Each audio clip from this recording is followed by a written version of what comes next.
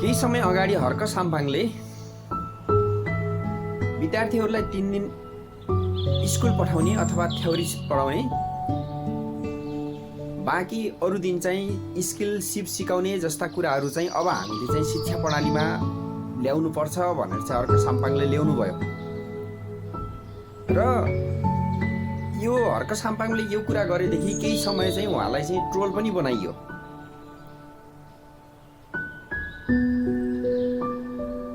अहिलेको हाम्रो शिक्षा प्रणाली छ जुन वास्तवमै भन्ने हो भने यो शिक्षा प्रणाली भनेको देशको विकास होस् भनेर चाहिँ ल्याइएको शिक्षा प्रणाली चाहिँ पक्कै होइन।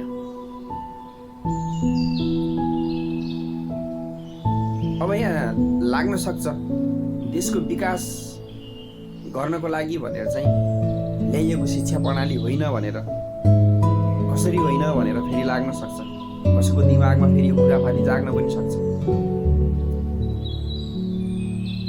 वास्तवमा भन्यो भने अहिलेको हाम्रो शिक्षा प्रणाली भनेको राजनीतिक नेताहरूको लागि सेवा गर्नको, राजनीतिक नेताहरूको सेवा गर्नको लागि चाहिँ ल्याइएको शिक्षा प्रणाली हो। किनभने पछि जब विद्यार्थीलाई 1 क्लासदेखि 10 क्लाससम्म खुब रटाइन्छ, 10 देखि 12 सम्म पनि खुब रटाइन्छ, त्यसदेखि माथि गएर पनि खुब रटाइन्छ र एउटा मानिसलाई 20-25 वर्षसम्म रटाई गरिन्छ नि, अनि उसले चाहिँ पछि गएर राजनीतिक व्यवस्थामा उसको दिमागमा न सिप भन्ने कुरा छ, न उसको दिमागमा न श्रम भन्ने कुरा छ, न उसको दिमागमा काम भन्ने कुरा छ। न सिप न श्रम न काम नभएको व्यक्तिले अहिलेको हाम्रो नेपाली राजनीतिमा भाषणबाजी गर्ने, काम नगर्ने नेताको पछाडि नलागेर कसको पछाडि लाग्छ? किनभने उसले जीवनमा केही सिकोस्, केही गरोस् भन्ने चाहिँ उसको क्षमता छैन, उसको सिप छैन। र अहिलेको हाम्रो शिक्षा प्रणालीले एउटा व्यक्तिलाई सानैदेखि चाहिँ त्यस्तै मनस्थिति तयार गरेर उसको मानसिकता नै त्यस्तै बनाएर लगिदिन्छ कि भोलि चाहिँ ऊ चाहिँ गफमा लट्ठ कसैले पार्यो भने ओहो यो नै ठिक हो भन्ने चाहिँ उसलाई चाहिँ ठिक लाग्छ। र नेपाली राजनीतिमा जब राजनीतिक कर्मी, राजनीतिक नेताहरूले चाहिँ भाषणमा जनतालाई लट्ठ बनाइदिन्छन् अनि त्यो समाजलाई, त्यहाँको जनतालाई चाहिँ त्यो नेता जस्तो राम्रो को लाग्छ र? जब जब 1 पुस्ता 2 पुस्ता 3 पुस्ता विद्यार्थी होइन, धेरै पुस्ताको विद्यार्थीलाई चाहिँ यस किसिमको शैक्षिक ज्ञान दिँदै गइन्छ अथवा यस किसिमको चाहिँ शिक्षा प्रणालीबाट चाहिँ अगाडि बढाइन्छ, त्यसपछि एउटा सिङ्गो समाज नै त्यस्तै भएर चाहिँ खडा हुन्छ। हो,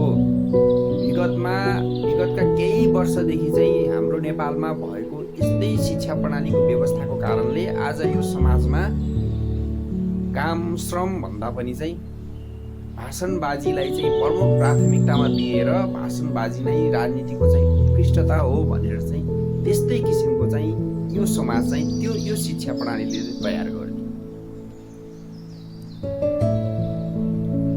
अब यो शिक्षा प्रणालीले त्यस्तो किसिमको चाहिँ राजनीतिको सेवा गर्नको लागि चाहिँ यस किसिमको चाहिँ नेपाली समाज तयार गरिदिसके पछाडि अनि हर्क साम्पाङको 3 दिन काम गर्ने, बाँकी चाहिँ थ्योरी पढ्ने, 3 दिन थ्योरी पढ्ने, बाँकी चाहिँ सिप सिक्ने भन्ने कुरालाई चाहिँ अनि त्यस किसिमको राजनीतिको लागि चाहिँ सेवा गर्नेको लागि तयार भएको यो समाजले अनि 81 कहाँ स्वीकार्छ? श्रम के हो, सिप के हो, काम के हो भन्नलाई त र श्रम के हो, काम के हो, सिप के हो भनेर श्रमलाई, सिपलाई कतिको सम्मान गर्नुपर्छ भनेर चाहिँ हाम्रो जस्तो समाजले यस किसिमको चाहिँ शैक्षिक व्यवस्थाबाट चाहिँ तयार पारिएका हामी नेपालीले कहाँ सक्छौँ त हामीले श्रमलाई सम्मान गर्न? किनभने हाम्रो दिमागमा हाम्रो मानसिकतामा नै त्यही ठोस दिएको छ यो शिक्षा प्रणालीले। जसले भाषणबाजी गर्छ, गफ लगाउँछ, त्यसलाई नै राम्रो मान, त्यही नै हो सर्वश्रेष्ठ भनेर चाहिँ हाम्रो मानसिकता सानैदेखि चाहिँ यस किसिमको सम्पूर्ण मानसिकता तयार पारिसकेपछि यस किसिमको शिक्षा प्रणालीले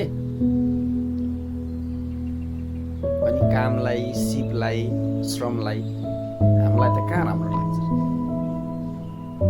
लाग्दैन हामीलाई त्यस किसिमको।